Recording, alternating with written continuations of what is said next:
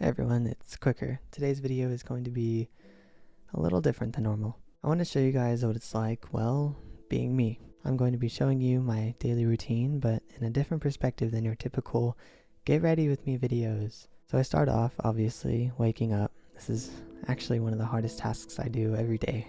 When I wake up, I always lack the motivation and desire to actually get out of bed and get ready for the day. My bed is comfortable, warm, and well known to me.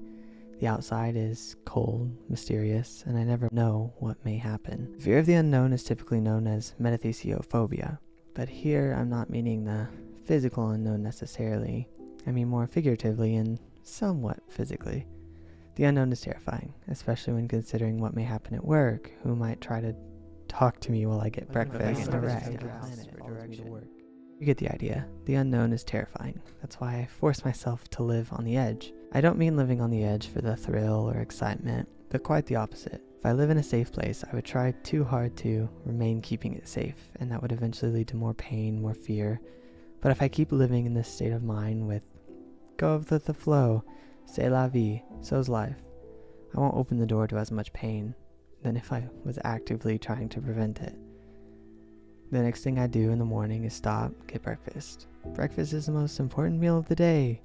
Sure, I'm not sure how that is actually true, but breakfast burritos are sometimes too good to pass up, so I'll take it. The rest of my morning really just consists of me driving about 20 minutes to work, running through fake scenarios in my head that make me happy until the fake scenario is interrupted by a stop sign and I have to focus to see which of us cars pulled up to the stop sign and fully stopped before the other. Once I get to work, I usually sit in the parking lot for about 30 minutes because no matter how badly I try, I always end up getting there so early. Now you may or may not be wondering what I do to actually fill this time. It's simple. Scroll on TikTok, send streaks on Snap, check Insta DMs, and cry. That's right.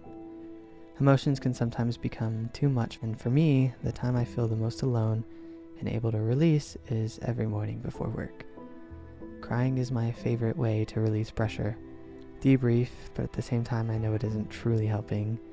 Most of the time I'm crying because I miss someone or I'm afraid of losing people. There it is, the true fear. Not thalassophobia, arachnophobia, no, thanatophobia. The fear of loss or death, but it also means losing someone in general. I'm terrified of losing those closest to me, my friends, my family, my coworkers. Losing them, whether it's them moving off or an argument or something, anything else. The fear of that strikes me to my core. That's why I cry, to release the pressure, to let go. Then I clean up, look presentable, and go inside to work. As I'm leaving work, I generally open my phone, see any important notifications I missed, respond to text, and then go home. The drive home is typically therapeutic. I listen to good songs, have a nice jam session, and before I know it, I'm pulling into my driveway. I realize the therapeutic session is over and the real world continues. When I get home, I typically throw myself on my bed and just try to breathe a little. Catch that breath that I've been chasing all day. The breath that tells me, I'm home. After my bedside debrief, I go into the living room and see what plans I have for dinner. See if we're staying and someone's cooking or going out and eating at one of the many restaurants we always argue about going to. After I'm home for the night, I usually log on to my PC, join a voice call with my friends, and we just game for the remaining 4 hours of the day. It's refreshing most of the time.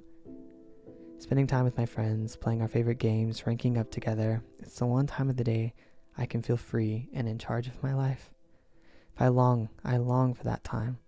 Up until the eyes start getting droopy and I remember I have to be at work at 7:30 the next morning. So I get off. I say goodnight to my family and throw myself in bed, where I lay and toss and turn and struggle to drift off until my brain finally lands on a fake scenario to distract me until my brain is fully prepared to engulf me into a deep sleep. A sleep that almost feels like nothing. A sleep that feels like it lasted the duration of a blink.